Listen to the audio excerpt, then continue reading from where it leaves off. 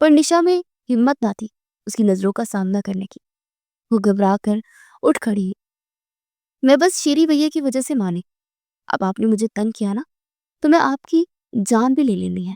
اب جائے یہاں سے اور مجھے سونا ہے. نشا اپنی کپکپاہٹ پر قابو پاتے اسے لڑتاڑتے ہوئے بولی تھی. اسے آج کا اپنے روم میں ہونا عجیب سے احساسات سے دوچار کر رہا تھا. آج سے پہلے اس کی زندگی میں کوئی بھی ایسا شخص موجود نہ تھا جو یوں اس پر حق جتاتا. پر آہت بھی اپنے نام کا ایک تھا. اس کی محبت ہی تھی کہ وہ سب کو منانے میں کامیاب رہا تھا. اچھا اب لڑو تو مت. میں جا رہا ہوں. دیکھتا ہوں کہ کب تک بچتی ہوں مجھ سے. آنا تو تمہیں میرے پاس ہی ہے. نشا جی. آہت بھی منہ بنا کر اس کے مقابل آتے بولا تھا. نظروں میں شوخی تھی. اس سے پہلے کہ نشا کچھ بولتی آہت تیزی سے اس کی پیشانی پر عقیدت بڑا بوسہ دیتے اسے اپنے نام کی مہر لگا چکا تھا. وہ نشا کا ریئیکشن دیکھنے سے پہلے جیسے آیا تھا ویسے ہی کھڑکی سے غائب ہو چکا تھا. پیچھے نشا منہ کھولے اپنے ساتھ ہوئی اس اچانک افطار کو سوچ رہی تھی. اسے آہت کا لمس اپنی پیشانی پر جلستا ہوا محسوس ہوا. آہت کی باتیں یاد کرتی دل فریب مسکراہٹ نے نشا کے ہونٹوں کو احاطہ کیا. دل کی دھڑکنیں بے ترتیب تھی. آنکھوں میں نئے خواب تھے. وہ آہت کی محبت کو ابھی تک سمجھ نہیں پائی تھی پر اس کی نظروں میں اپنی فکر و احترام نے اسے اچھے سے دیکھا تھا. وہ بہت چھوٹی تھی پر آہت کا لمس اسے بڑی شدت سے اپنی پیشانی پر محسوس ہو رہا تھا. وہ حاتم بخت اور شہریار بخت کی لاڈلی اور اکلوتی بیٹی تھی جن کے لاڈ اٹھانا بخت حویلی کا فرض تھا. نہ جانے کیسے آہت کا دل اس کی معصومیت میں اٹک کر رہ گیا تھا. ارا اپنے روم میں آئی تو شہریار بے چینی سے بیڈ پر لیٹا اسی کا انتظار کر رہا تھا. نشا میں سب کی جان بستی تھی اس لیے اس کا جواب شہریار کے لیے بے حد اہم تھا. وہ کسی بھی طرح نشا پر کسی بات کی زبردستی نہیں کرنا چاہتا تھا. بس یہی دعا تھی کہ نشا دل سے یہ فیصلہ کرے. جلدی آئے نا. راہ بتائے مجھے. نشا نے کیا کہا. وہ خوش ہے اس رشتے سے. وہ پریشان تو نہیں ہونا. آپ نے اسے اچھے سے سمجھایا تو ہے نا گڑیا کو. شہریار بیڈ سے اٹھ کر اس کی طرف بڑھتا بے قراری میں استفار کر رہا تھا. جی مسٹر شہریار بخت ایسا ہو سکتا. رہا شہریار بخت کوئی کام اپنے ذمہ لے اور اسے پورا نہ کر سکے. نشا مان گئی ہے. بس اس کی کچھ معصومانہ شرطیں ہیں جو آپ کو اور آپ کے دوست کو ہر صورت میں پوری کرنی ہے. نشا نے ایک ادا سے اپنے بالوں کو کندھے سے جھٹکتے اسے خوشخبری سنائی تھی. آہت کے چہرے پر دل فریب مسکراہٹ نے احاطہ کیا. وہ خوشی سے لبریز چہرہ لیے ارہا کو اپنے حصار میں لے گیا. اس کے حصار میں ارہا کسمسانے لگی. چھوڑے مجھے. جب دیکھو اپنے موٹے موٹے بازو اٹھا کر کندھے پر رکھ دیتے ہیں. ہاتھ ہے کہ ہتھوڑا. ارہا دبی آواز میں غرائی تھی. شہریار بھی ہوش میں آتا ذرا اپنی گرفت کو نرم کر گیا تھا. اس کی نازک سی بیوی اس کے ہاتھ کا وزن بھی برداشت نہیں کر پاتی تھی. چھوڑنے کا تو سوال ہی پیدا نہیں ہوتا. جانے شہریار. ہاں پر آج تم مجھ پر تھوڑی مہربانی کر سکتے ہو. تم نے میری بڑی پرابلم حل کی ہے. اس سے چھوٹا سا سرپرائز میری طرف سے. کبرڈ میں موجود تمہاری ساڑی میں مجھے ابھی تمہیں دیکھنا ہے. کیا تم میری چھوٹی سی خواہش کو پورا کرو گی. ارہا کو لگا کہ وہ تپتی بٹی کے سامنے آ کھڑی ہوئی ہے. شہریار کے جذبات تلاطم خیز تھے. اس کی سخت گیر طبیعت کے باعث ارہا چند الفاظ بھی زبان سے ادا نہیں کر پاتی تھی. شہریار کی فرمائش پر ارہا گور کر اسے دیکھنے لگی پر وہ شہریار کا دل بھی نہیں توڑنا چاہتی تھی. اس لیے بنا کسی مزاحمت کے فوراً حامی بڑھ گئی. میں صرف تھوڑی دیر کے لیے ہی ساڑی پہنوں گی اور اس کے بعد آپ مجھے بالکل بھی تنگ نہیں کریں گے. پرومس کریں تو ہی میں ساڑی پہنوں گی. ارہا اپنی شہادت کی انگلی اس کی جانب اٹھاتی وارن کرنے والے انداز میں بولی تھی کیونکہ اپنے شوہر کو ان گزرے مہینوں میں اچھے سے سمجھ گئی تھی. وہ صرف کہنے میں ہی اس خاندان کا چھوٹا تھا پر اس کی شرارتیں ارہا کی برداشت سے باہر تھی. جانم اب میں اتنا بھی شریف نہیں. تھوڑا سا تنگ کرنا تو میرا بھی حق ہے. آخر کو میری اکلوتی بیوی ہو تو. شہریار نرمی سے اس کے پلے گال پر لب رکھتے ہوئے بولا تھا. ارہا اس سے دور ہوتی کبرڈ کی جانب بڑھ گئی تھی. اس کی ہلکی سی جسارت پر گال گلابی پڑ گئی تھی. وہ تو ابھی سے اس سے خود پر دور کرنے کی کوئی تدبیر نہیں سوچ پا رہی تھی. ذہن میں چلتی سوچوں کو جھٹکتی وہ جلدی سے ساڑی لیے ڈریسنگ روم کی جانب بڑھ گئی تھی. شہریار کو مڑ کر دیکھنے کی غلطی اس نے نہیں کی تھی. ارہا نے ڈریسنگ روم میں لگے مرر میں ایک نظر اپنا آپ دیکھا تھا. شادی کے بعد وہ کتنا بدل گئی تھی. شہریار کی محبتوں نے اس کا رنگ و روپ ہی نکھار دیا تھا کہ اب تو وہ خود کو بھی پہچان نہیں پاتی تھی. شہریار کا احترام اس کا عقیدت سے چھونا ارہا کو خود میں معتبر کرتا تھا. اس لیے وہ شہریار کی چھوٹی چھوٹی خواہشات پوری کرنا اپنا فرض سمجھتی تھی.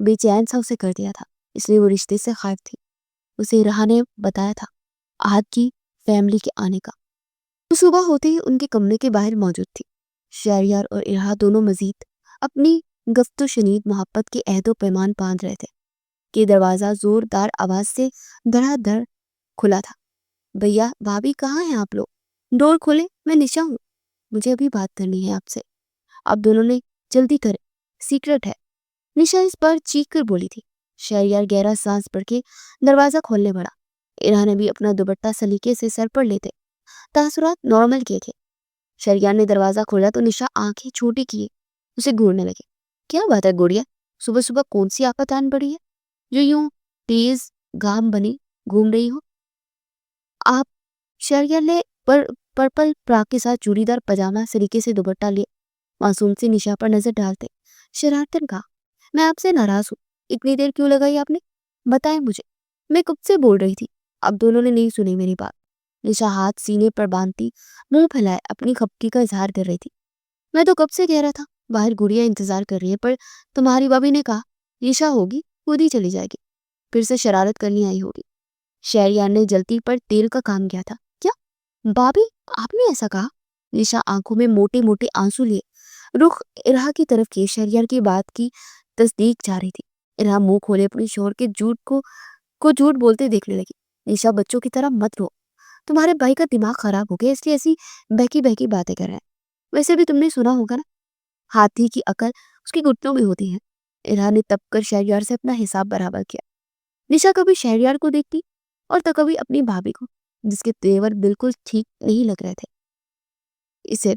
شہریار بیٹا، تمہاری آپ ہی خود ہی آفت ہے، انہیں بس موقع چاہیے ہوتا ہے مجھ سے لڑنے کا۔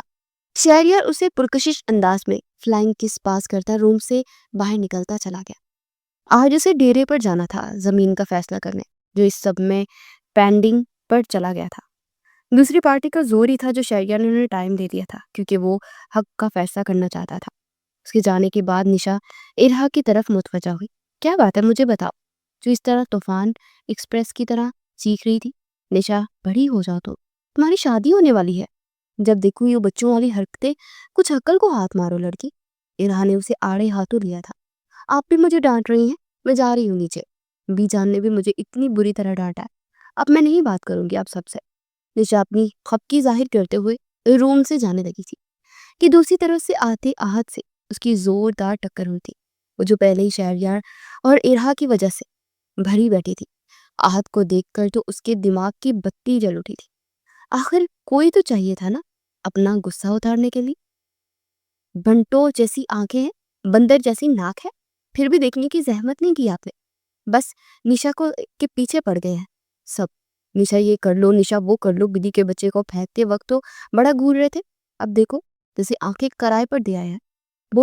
بولتے کیوں نہیں؟ کھڑوس دیو کہیں کے۔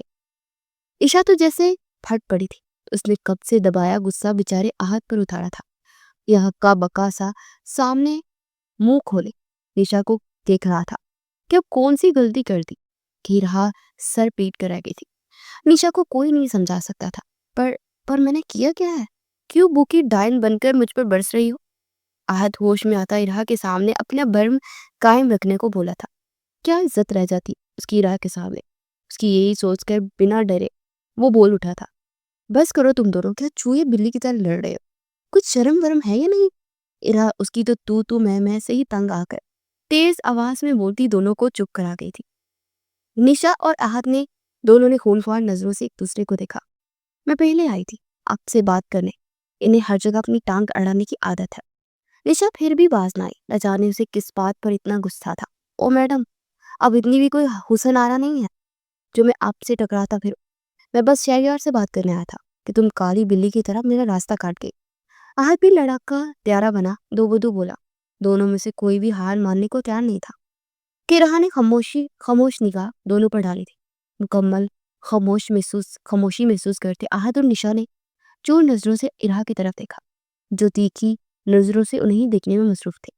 ویسے انتہائی کے ڈھیٹ واقعہ ہو دونوں، میں شہریار کو منع کرتی ہوں، کوئی ضرورت نہیں ہے تمہاری شادی کرنے کی، تم تو دونوں ہی ایک دوسرے کے بال نوچنے لگ جانا ہے۔ ارہا آہت کو دیکھتے ہوئے سنجیدگی سے بولی، جو اس کی بات سنتے زرد پڑتا گیا تھا۔ بھابی آپ ایسا کیوں کہہ رہی ہیں؟ میں تو بس مذاق کر رہا تھا۔ سوری بھابی، پلیز ایسا نہ کیجیے گا۔ سب تو پہلے ہی مشکل سے راضی ہوئے ہیں۔ آج چہرے پر مسکینیت طاری کرتے ہوئے ہاتھ جوڑتے ہوئے بولا تھا۔ نشا آنکھیں پھاڑے اس گھنے میسنے کو ایک نظر گھیر کر روم سے نکلتی چلی گئی تھی۔ کیوں بھائی، تمہاری تو ویسے بھی نہیں بنتی نشا سے، پھر اتنا وویلا کیوں کر رہے ہو؟ آج میری بات دھیان سے سنو، نشا میری نند ہی نہیں پہلی اولاد بھی ہے۔ میں نے ہمیشہ اسے دنیا سے دور رکھا ہے۔ میں نہیں چاہتی کہ تمہارے آنے والی زندگی میں مشکلات آئے، اس لیے بہتر فیصلہ کرو۔ ارا اس بار سنجیدہ تھی، اپنی نند کی بہتری کے لیے وہ کچھ بھی کرنے کو تیار تھی، پر اس وقت اسے آہت کی نظریہ جاننا تھا اس رشتے کو لے کر۔ بھابی جس طرح نشا آپ کو عزیز ہے، یقین مانے میں خود سے بھر کر اس کی حفاظت کروں گا، کبھی کوئی تکلیف نہیں آنے دوں گا۔ اس سے لڑنے کا، اس کی شرارتوں کو برقرار رکھنا میرا حق ہے، بس اسی لیے تنگ کر رہا تھا۔ آہت نظریں جھکائے بول رہا تھا۔ اس کے لہجے کی سچائی نے ارہا کا دل مطمئن کر دیا۔ آہت شادی کو کھیل نہیں ہے، بلکہ ساری عمر کا بندھن ہے، اسے محبت سے سمیٹنا تمہارا اولین ترجیح ہونی چاہیے۔ ارہا نیم رضامندی ظاہر کرتی اسے جتاتے ہوئے گویا ہے۔ اس کی بات سن کر آہت کے چہرے پر مسکراہٹ آہت ہے کیا، دل خوشی سے سرشار ہو گیا ہے۔ تھینک یو بھابی، میں ہمیشہ آپ کی بات کا مان رکھوں گا، بس آپ اپنے ہٹلر شوہر کو سنبھال لیجیے گا جو میری لو سٹوری میں ولن بنے بیٹھے۔ آہت کا ازلی انداز لوٹ آیا تھا۔ ارہا اس کی بات سن کر مسکرا بھی نہ سکی۔ اس کی نظریں تو آہت کے پیچھے کھڑے شہریار پر تھی، جو سینے پر بازو باندھے تحمل سے آہت کے اپنے بارے میں کی جانے والے گفتگو سے مستفید ہو رہا تھا۔ نہیں آہت، تم غلط سمجھتے ہو، سائیں بس نشا کو لے کر فکر مند ہے۔ چھوڑو تم، اپنے ماما بابا کا بتاؤ کب آ رہے ہیں وہ لوگ؟ ارہا نے شہریار کا سر چہرہ دیکھ کر بات بدلنی چاہی۔ وہ آہت کو باتوں میں اپنے پیچھے دیکھنے کا اشارہ کر رہی تھی، پر وہ آہت ہی کیا تو کچھ سمجھ جائے۔ ارے بھابی کیسے چھوڑوں، کیا بتاؤں، قسم سے کیسے ظلم کیے ہیں آپ کے ہٹلر شوہر نے۔ مجھ معصوم کو اکیلے جھیل پر سائڈ پر بلایا اور اتنا ڈرایا کہ اللہ ہی معافی۔ آج اس کے سامنے جھیل کے منظر کا نقشہ کھینچتے ہوئے بول رہا تھا، جب کندھے پر کسی کا بھاری ہاتھ محسوس ہوا، اس نے غلطی سے بھی پیچھے مڑ کر دیکھنے کی کوشش نہیں کی۔ اس کا دل کسی انہونی کی طرف اشارہ کر رہا تھا۔ اتنا بھاری ہاتھ شہریار کے علاوہ کسی کا نہیں ہو سکتا تھا، اور جس طرف اس کا دماغ اشارہ کر رہا تھا وہ بات آہت قبول کرنے کے لیے تیار نہیں تھا۔ ہٹلر ہونے کے ساتھ ساتھ اور کیا ہوں میں، مجھے بتانا پسند کریں گے آپ مسٹر آہت؟ میں بھی تو جانوں کہ آخر اور کون کون سی خامیاں مجھ میں جن سے آپ جناب کی عزت پر حرف آتا ہے۔ اپنے پیچھے سے میر کی آواز سن کر آہت کے تو 14 تب روشن ہو چکے تھے، آنکھیں ضرورت سے زیادہ پھیل گئی تھی۔ پیارے دوست، آپ تو چلے گئے تھے نا؟ آہت نے معصوم شکل بنا کر رخ شہریار کی جانب کیا، جو کڑے تیوروں سے اسے ہی گھور رہا تھا جیسے اپنی کچا چبا جائے گا۔ آہت کی رونی صورت دیکھ آہت نے اپنا ہنسی دبائی تھی۔ جی مسٹر آہت، بہت شکایتیں ہیں نا تمہیں مجھ سے، تو بتاؤ ابھی دور کر دیتا ہوں۔ شہریار اس کے کندھوں سے نادیدہ گرد چارتے باری آواز میں گویا ہوا تھا۔ شکایتیں دور کرنے کی بات پر آہت نے اپنا حلق تڑکیا۔ میر سے کوئی امید نہ تھی کہ وہ کب کیا کر جاتا۔ نہیں میرے بھائی، میں تو بس بھابھی سے مذاق کر رہا تھا، میں جانتا ہوں تم سے اچھا تو اس پوری حویلی میں کوئی نہیں ہے، بس بھابھی کے ساتھ شوگر کر رہا تھا، تم تو برا ہی مان گیا۔ یقین نہیں آتا تو بھابھی سے پوچھ لو، بھابھی بتائے نا بھائی کو، ہم تو صرف مذاق کر رہے تھے نا، ہے نا؟ آہت ارہا کی طرف دیکھ کر آنکھوں سے ہی التجا کر رہا تھا کہ اس وقت بس اس شیر سے کسی طرح سے بچا کر بعد میں وہ جو کہیں گی وہ کرے گا۔ جی بالکل ٹھیک کہہ رہا ہے آہت میر صاحب، ہم دونوں بس مذاق کر رہے تھے۔ ویسے آپ اتنی جلدی کیسے آ گئے، سب ٹھیک تو ہے نا؟ ارہا نے اس کا دھیان آہت کی جانب طرف سے ہٹانا چاہا۔ میں بس اپنا موبائل فون واپس لینے آیا تھا، پر مجھے کیا پتا تھا کہ یہاں میری شان میں کوئی قصیدے پڑھنے میں مصروف ہے، اگر پتا ہوتا تو پہلے ہی آ جاتا۔ وہ سینے پر بازو باندھے آہت کو دیکھ کر جتاتے ہوئے بول رہا تھا۔ آہت کو اس کی پتلی ہوئی حالت پر بہت زیادہ ہنسی آ رہی تھی، پر اس وقت قابو کرنا ضروری تھا، ورنہ وہ بچڑا شیر آہت کو کسی طور نہ بخشتا۔ چلو مان لیا کہ آپ دونوں مذاق کر رہے تھے، پر مسٹر آہت اپنی زبان کا استعمال میرے سامنے سوچ سمجھ کر کیا کرے۔ میں آپ کا دوست ہونے کے ساتھ ساتھ بہن کا بھائی بھی ہوں، اور میری ذات پر تبصرے کرنے سے بہتر ہے اپنے آپ پر دھیان دیں۔ ہو سکتا ہے کہ کسی کا بھلا ہو جائے۔ شہریار سیرتا پاؤں آہت کو دیکھ کم اور گھون زیادہ رہا تھا۔ اس کی بات سن کر آہت کی سٹی بٹی گم ہو گئی تھی۔ کچھ بھی سمجھ نہیں آ رہا کہ کیا جواب دے۔ وہ محض سر ہلا کر دم دبا کر وہاں سے باہر نکلا تھا۔ اس سے بچنے کے علاوہ اور کوئی طریقہ نہیں تھا۔ آہت نے وہاں سے جان بخشی ہونے پر دل میں لاکھوں مرتبہ شکر ادا کیا۔ اتنا تو کبھی ایگزام دیتے ہوئے بھی کنفیوز نہیں ہوا تھا جتنا اس سالے کے سامنے ہو جاتا تھا۔ واہ رہی محبت، کیسے دن آ گئے ہیں آہت، تیرے اس سالے نے تو میری سانس سکھا رکھی ہے، اور ایک وہ پھول جڑی بنی پھر رہی ہے۔ ایک بار میری دسترس میں آ جائے پھر اچھے سے بتاؤں گا کہ بندر کون ہے۔ آہت خود سے بڑبڑاتا جا رہا تھا جب سامنے سے آتے ریحان کزن سے اس کا زوردار ٹکراؤ ہوا۔ آہت کو اپنے آگے دن میں تارے ناچتے ہوئے محسوس ہوئے۔ اس نے گھومتے سر کو تھامتے ہوئے نگاہ اٹھا کر سامنے دیکھا جہاں وہ نک سک سا تیار کھڑا تھا۔ سالے، تم دونوں بہن بھائی نے کیا قسم کھا رکھی ہے مجھ سے ٹکرانے کی؟ ایک وہ محترمہ ہے کہ اپنی بلی کے بچے کا دکھ لیے بیٹھی، اور ایک میں ہوں جس کی پوری زندگی ہی جھنڈ ہو کر رہ گئی ہے، اور تم لوگوں کو ٹکرانے سے ہی فرصت نہیں ہے۔ آہت منہ بناتے ہوئے ریحان کو دیکھ کر جلے کٹے انداز میں بول رہا تھا۔ ریحان نے اسے شہریار کے کمرے سے نکلتے دیکھ مسکراہٹ دبائی تھی۔ ضرور کچھ نہ کچھ ایسا ہوا تھا جو آہت صاحب کے اوپر کافی بھاری پڑ چکا تھا، جس کی وجہ سے ان کے مزاج ہی نہیں مل رہے تھے۔ لگتا ہے بھائی نے تیری تازہ عزت افزائی کی ہے، تبھی اتنا جل رہا ہے۔ ویسے تو چاہے تو بتا سکتا ہے، میں تیرے دکھ میں برابر کا شریک ہوں۔ آخر کو تو میرا سب سے اچھا ساتھی ہے، اور اتنا تو تیرے لیے کر ہی سکتا ہوں۔ دوستانہ انداز میں اس کے کندھے پر ہاتھ رکھتے دلاسا دیتے ہوئے بولا تھا۔ آہت نے غصے سے اسے دیکھتے ہاتھ کندھے سے جھٹکے تھے، جو اپنے کھڑوس بھائی کی گئی عزت افزائی سن کر مزے لینا چاہتا تھا۔ ریحان میر شہریار کا چچا زاد تھا جو حویلی میں کم ہی پایا جاتا تھا، پر نشا کی شادی کی بات چلتے وہ حویلی لوٹ آیا تھا۔ بیٹا، کر لو مجھ بیچارے پر جتنے ظلم کرنے ہیں، تجھے تو میں بعد میں دیکھوں گا، تیرا بھی وقت ضرور آئے گا۔ میں ابھی گن گن کر تیرے سے بدلے نہ لیے تو میرا نام بھی آہت نہیں۔ اپنے بازو کوہنیوں تک فولڈ کرتے اسے وارن کرنے والے انداز میں بولتا۔ اس کا بس نہیں چل رہا تھا کہ ان بخت برادرز کا کچھ کر دے جنہوں نے اس کی زندگی اس کی اجیرن کر دی تھی۔ کیا محبت کرنا اتنا بڑا گناہ تھا کہ جو اکلوتے بہنوئی کے پیچھے تلوار لے کر پڑ گیا تھا؟ تو اچھی مصیبت میں پڑ گیا تھا، نہ آگے بڑھ سکتا تھا نہ پیچھے جا سکتا تھا۔ پیچھے مزدار میں میر نے اس کی کشتی کو اٹکا رکھا تھا، تب کی تب دیکھی جائے گی۔ آہت صاحب، فی الحال تو ہم دونوں بھائیوں سے بچ کر آئے، کیونکہ اس وقت آپ اپنے شہر میں نہیں بلکہ ہماری حویلی میں موجود ہے، اور ہماری جگہ پر ہم سے دشمنی مول لینے کی کوشش آج تک کسی نے نہیں کی۔ تم چاہو تو ٹرائی کر سکتے ہو۔ ریحان دل جلانے والی انداز میں آنکھ ونک کرتے ہوئے اسے جلا رہا تھا۔ بس کر دے، اپنی شان میں دیوان بکنا ہے، اچھے سے جانتا ہوں تجھے، صرف تیری معشوقہ ہی ٹھیک کر سکتی ہے۔ تو رک، میں ابھی تیری پول شیری کے سامنے کھولتا ہوں، کیسے تم بخت برادر سے میرے ستارے گردش میں لائے ہوئے ہیں۔ اب وہی میرے لیے کچھ بھی کر سکتے ہیں۔ آج اسے انگلی سے اشارہ کرتے ہوئے آگے بڑھنے ہی لگا تھا جب ریحان نے اس کے بازو میں ہاتھ ڈال دے اسے اپنے سینے میں بھیجا تھا۔ چل یار، ناراضگی چھوڑ، میں ہوں نا تیرے ساتھ۔ بخت حویلی کے ساتھ تیرا بہت خاص رشتہ جڑنے جا رہا ہے۔ نشا مجھے اپنی بہن سے زیادہ عزیز ہے، تو خیال کرنا اسے ذرا سی بھی تکلیف نہ ہو، ورنہ میں تجھے گنجا کر دوں گا۔ ریحان اسے یوں ہی سینے سے لگائے بول رہا تھا جب آہت نے جھٹکے سے اسے خود سے دور کیا۔ یار، یہ تم سب کیا مجھے بات پہ بات دھمکی دے جا رہے ہو؟ میں شادی کر رہا ہوں یا کسی جنگ پر جا رہا ہوں تمہاری بہن کے ساتھ؟ آہت لڑاکا عورتوں کی طرح کمر پر ہاتھ ٹکاتے ہوئے اس سے استغفار کر رہا تھا۔ اس کا بس نہیں چل رہا تھا کہ ان سب کا کچھ وہ کر دے اور نشا کو اٹھا کر یہاں سے لے جائے۔ ایک وہ ہاتھ نہیں آ رہی تھی، اور دوسرا اس کے دونوں بھائی سر پر بندوق تانے کھڑے تھے کہ کب اس سے غلطی ہو اور کب اسے اڑا دے۔ ریحان اس کی بے بسی دیکھ کر کہکا لگا اٹھا تھا۔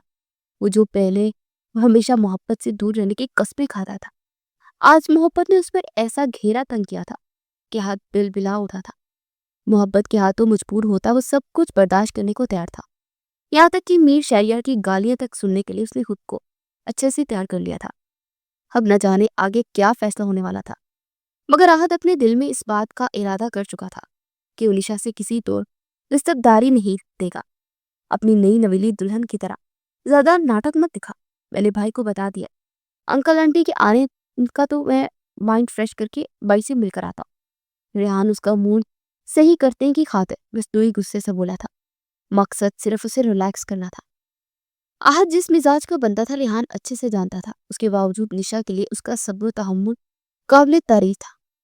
وہ اپنی محبت کو جائز طریقے سے پانے کی خاطر پوری شدت سے جدوجہد کر رہا تھا۔ آہت پر ریحان کا مان کچھ اور بڑھ گیا تھا۔ نشا کے لیے اس کی کیئر کرنا، اس کو اپنے دوست کی عزت جانتے خاموش رہنا بہت معنی رکھتا تھا میر شہریار کے لیے، ورنہ وہ دونوں بائی عزت کی خاطر انا پر وار کر کے اپنے انتقام پورا کرنے والے جیدار بندے تھے۔ ان کے لیے کسی کا بھی ہونا نہ ہونا معنی نہیں رکھتا تھا۔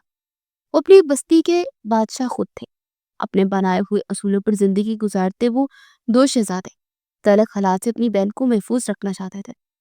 حویلی میں رونق لگی ہوئی تھی، ہوتی بھی کیوں نہ، آج پوری وقت حویلی میں خوشیاں ہی خوشیاں تھی۔ خوبصورت سے لاؤنج میں سارے بڑے بیٹھے ایک دوسرے کے حال دریافت کر رہے تھے۔ آہت کے بابا پہنچ گئے تھے اور اب بی جان کے سامنے ہی بیٹھے باتوں میں مشغول تھے۔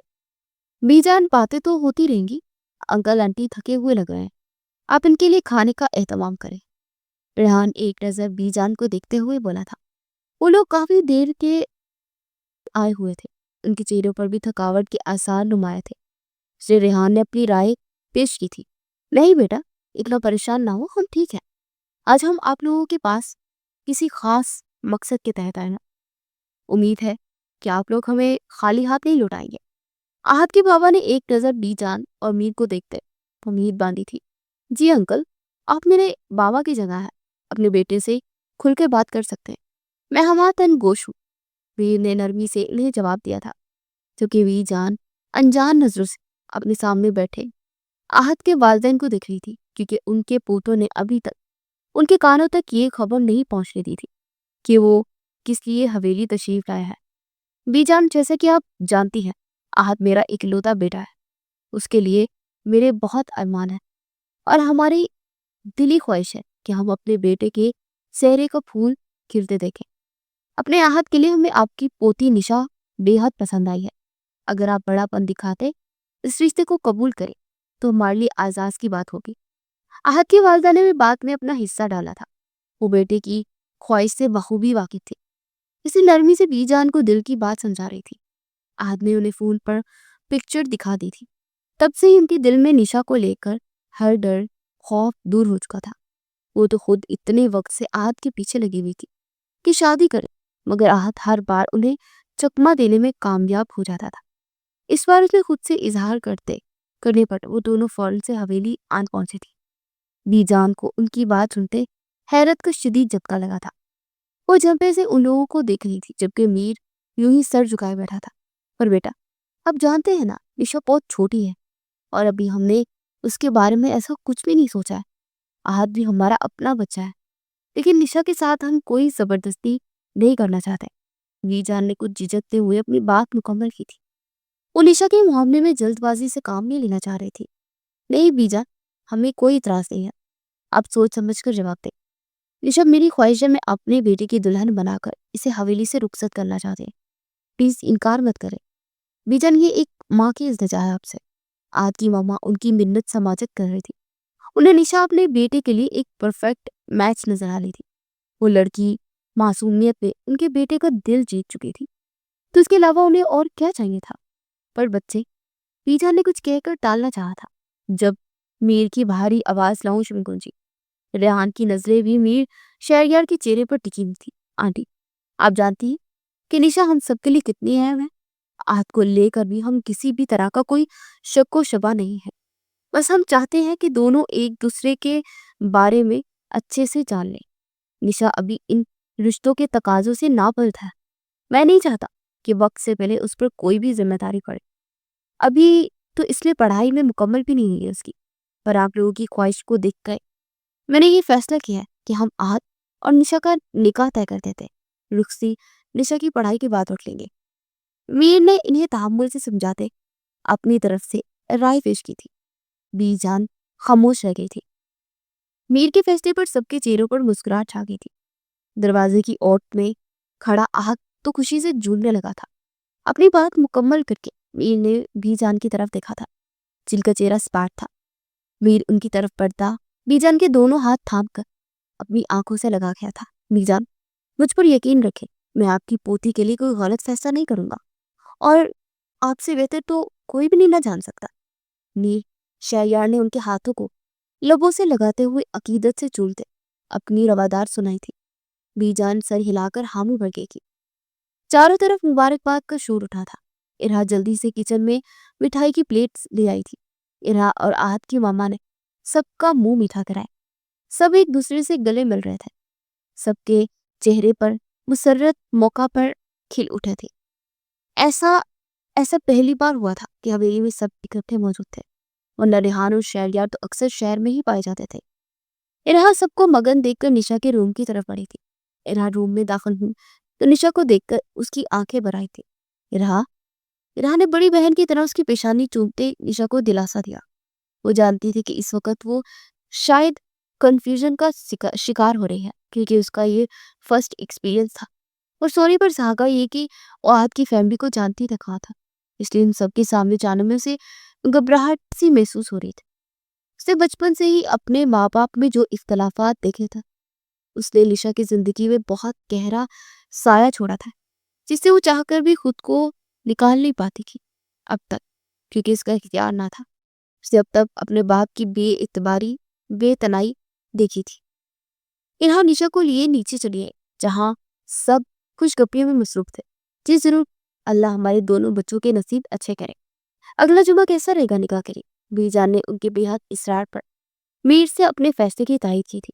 بالکل بی جان، بہت بہت بہت مبارک دن ہے، ہمیں کوئی اعتراض نہیں ہے۔ میرا اور ریحان نے بھی حامی بھر لی تھی۔ ویسے اگر نکاح کل رکھ لیا جائے تو؟ آج جو اگلے جمعے کا سن کر کچھ اداس سا ہوا تھا، اپنی بات کہہ کر لب دانت کو تلے دبا گیا۔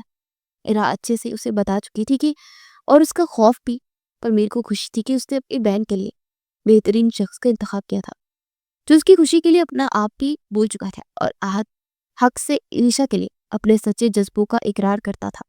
وہ قابل رشک تھا۔ اس نے جائز طریقہ اپناتے محبت کو نکاح میں بدلنے کا فیصلہ کیا تھا۔ نشا اس کے دل میں اس قدر آسمانی تھی کہ وہ کچھ بھی اس کے بنا اچھا اسے نہیں لگتا تھا۔ محبت کا روح آہت کے لیے بہت الگ تھا۔ پہلی بار وہ کسی ایسے جذبے سے روشناس ہوا تھا۔ نشا کا روم میں لے جاتی ارہا کا سامنا میر شہریار سے ہوا، جسے بلاتا اس کے کمرے کے سامنے لے آیا تھا۔ ارہا اس کے اس طرح بولنے پر سنجیدگی سے تیز قدم اٹھاتی روم میں داخل ہوئی، پر اس سے پہلے آہت روم میں انٹر ہوتا شہریار اس کے منہ پر زور پر دروازہ بند کر چکا تھا۔ اس کی اس حرکت پر آہت کا منہ پورا کھل گیا، پر وہ اپنی عزت افزائی کا یہ منظر کسی کو دکھانا نہیں چاہتا تھا۔ تبھی چور نظروں سے ادھر ادھر دیکھتا جلدی سے منہ بند کر گیا۔ اسے شہریار سے ایسی امید بالکل بھی نہیں تھی۔ منہ بناتے آہت اپنے کمرے کی طرف قدم بڑھانے لگا، پر دل میں اس بات کا پورا ارادہ کر چکا تھا کہ ان دونوں بہن بھائیوں کو مزہ تو چکھا کر ہی رہے گا، پر وہ نہیں جانتا تھا کہ شیر کی گچھاڑ میں ہاتھ ڈال رہا ہے تو ہاتھ زخمی اسی کا ہوگا۔ آہت کے ساتھ بڑا والا موئے موئے ہو چکا تھا، اس پر اس نے شرمندہ ہونا ضروری نہیں سمجھا تھا، کیونکہ جب سے وہ حویلی آیا تھا ان بھائیوں کے ہاتھوں ذلیل ہی تو ہو رہا تھا۔ کبھی چھوٹے بھائی کے ہاتھوں اس کا نمبر لگ جاتا تو کبھی بڑے بھائی کے ہاتھوں عزت افزائی ہو جاتی۔ آپ مجھے اس طرح کیوں لائے ہیں؟ ارہا تپے تپے انداز میں اسے دیکھتی ہوئی بولی تھی۔ شہریار نے ہولے سے اس کے پھولے گالوں پر لب رکھے تھے۔ ارہا سر پڑا کر اس سے الگ ہوئی تھی۔ بیگم، شراوت سے میرے ساتھ واپس آ جاؤ، شہریار پون کرنے والے انداز کو بولا تھا۔ ارہا نے گھبرا کر اس کی جانب رخ موڑا تھا، دل باہر نکلنے کو بےتاب ہوا تھا۔ شہریار کی شرارتیں عروج پر تھی۔ میں نے نہیں آنا، آپ ٹھٹکی ہوتے جا رہے ہیں۔ شہریار، جب دیکھو بس موقع ڈھونڈتے ہیں مجھے ستانے کا، کوئی اور کام نہیں ہے کیا آپ کو؟ ارہا فضول میں ہی بیڈ کی سیٹ شدہ بیڈ شیٹ کو دوبارہ سیٹ کرتے ہوئے بولی تھی۔ فی الحال اس کا موڈ نہ تھا چھوٹے سائی کی تابیداری کرنے کا۔ میر شہریار کا سرخ چہرہ اسے مزہ دیتا تھا۔ وہ تپا تپا سا ارہا کے لیے چھوٹا سا بچہ بن جاتا تھا، جس کی غیر موجودگی میں بوکھلایا سا رہتا۔ کوئی بات نہیں جانا، بہت چل رہی ہے نا یہ زبان، ابھی آپ کو دیا وقت تمام ہوتا ہے۔ شہریار اسے پکڑنے دوڑا تھا۔ ارہا نے حلق تر کرتے اسے قریب آتے دیکھا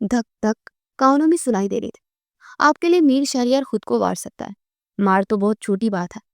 مجھے بس آپ سے ایک التجا ہے کہ کبھی مجھ سے بدگمان نہ ہونا ارہا، ورنہ میر شہریار جیتے جی مر جائے گا۔ بہت مشکلوں سے پایا ہے آپ کو، اب کھونے کی ہمت نہیں ہے۔ میر شہریار جذب کے عالم میں بولا تھا۔ کرتے کرتے نکاح کا دن بھی آن پہنچا۔ سب بے حد خوش تھے۔ نشا کو تیار ارہا نے خود کیا تھا۔ وہ بے حد خوبصورت لگ رہی تھی۔ چاہے جانے کے احساس نے نقوش کو مزید نکھار دیا تھا۔ وہ سوچوں میں اس قدر گھومتی کہ کب اسے سٹیج پر لایا گیا، اس کا دھیان ہی نہ رہا۔ ہوشتوں سے مولوی صاحب کی آواز پر آیا تھا۔ نشا کپ کپا سی گئی۔ بھائی جس نے اسے لاڈوں سے پالا تھا، اس سے بچھڑنا آسان نہ تھا۔ شہریار نے آگے بڑھتے اسے ساتھ لگاتے حوصلہ دیا تھا۔ وہ کپ کپاتے ہاتھوں سے اپنا آپ آہت کے نام کر چکی تھی۔ اسے آہت کے ساتھ بٹھایا گیا۔ وہ جان نہ سکی۔ احساس تو تب ہوا جب وہ اس کے مقابل آ کر محبت سے بولا، میری لگ رہی ہو شہزادی۔ اس کی آواز سن کر نشا شرما سی گئی۔ کچھ دیر بعد نشا کو ارہا اس کے روم میں لے آئے تاکہ وہ کچھ دیر ریسٹ کر سکے۔ ارہا اب بھی بے یقین سی۔ آہت سے اپنا آپ جڑے دیکھنا اس کی خوش قسمتی تھی۔ وہ ابھی لیٹی ہی تھی جب دروازہ نوک کر کے آہت اندر آیا۔ اسے دیکھ کر نشا بیڈ سے اٹھ کھڑی ہوئی۔ آہت نے نرمی سے شانوں پر بازو پھیلایا اور اس کا ہاتھ وہ جھٹکتی نفی میں سنی لانے لگی کہ ہاتھ مسکراتے ہوئے مناسب فاصلے پر اسے ساتھ بٹھاتے بیڈ پر بیٹھ گیا۔ اسے بیڈ پر بیٹھتا دیکھ وہ جھٹکے سے کھڑی ہو گئی۔ سکون سے بیٹھ جاؤ، بات کرنی ہے، کھا نہیں جاؤں گا میں تمہیں۔ آہت نے نشا کی کلائی کو جھٹکا دیا۔ وہ گرنے کے سے انداز میں بیٹھی۔ کندھا آہت کے کندھے سے مس ہوا۔ وہ سنبھلتی فاصلہ رکھ کر پیچھے ہو گئی۔ مجھے تم پر ناز ہے میری زندگی، تم نے میری محبت کو قبول کیا، تم کچھ نہیں کہو گی؟ آہت کا لہجہ بھاری اور آواز سرگوشی سے زیادہ نہ تھی۔ وہ نچلے لب کا کونا دانتوں میں دبائے ساکت سی بیٹھی تھی۔ آپ بھی اچھے ہیں، وہ بمشکل بول سکی تھی۔ رشتہ بدلا تھا تو احساسات بھی بدل گئے تھے۔ بہت شکریہ جانم بتانے کا، اور کچھ نہیں کہو گی؟ کافی دیر سے ذہن میں امڑتے سوال کو آہت نے زبان دی۔ وہ نارمل باتیں کر رہا تھا۔ آپ کو یہاں میرے کمرے میں نہیں آنا چاہیے تھا۔ نشا نے اس کا دھیان بٹانے کو بات بدلی تھی۔ ارہا بابی اور شہریار کی اجازت سے یہاں موجود ہو۔ تم اس رشتے سے خوش ہو؟ آہت کے اچانک پوچھنے پر اسے دیکھے گئے۔ گولڈن کرتا شلوار میں وہ نظر لچانے کی حد تک پیارا لگ رہا تھا۔ آہت کی آنکھوں میں اپنے لیے محبت بڑے جذبات تھے۔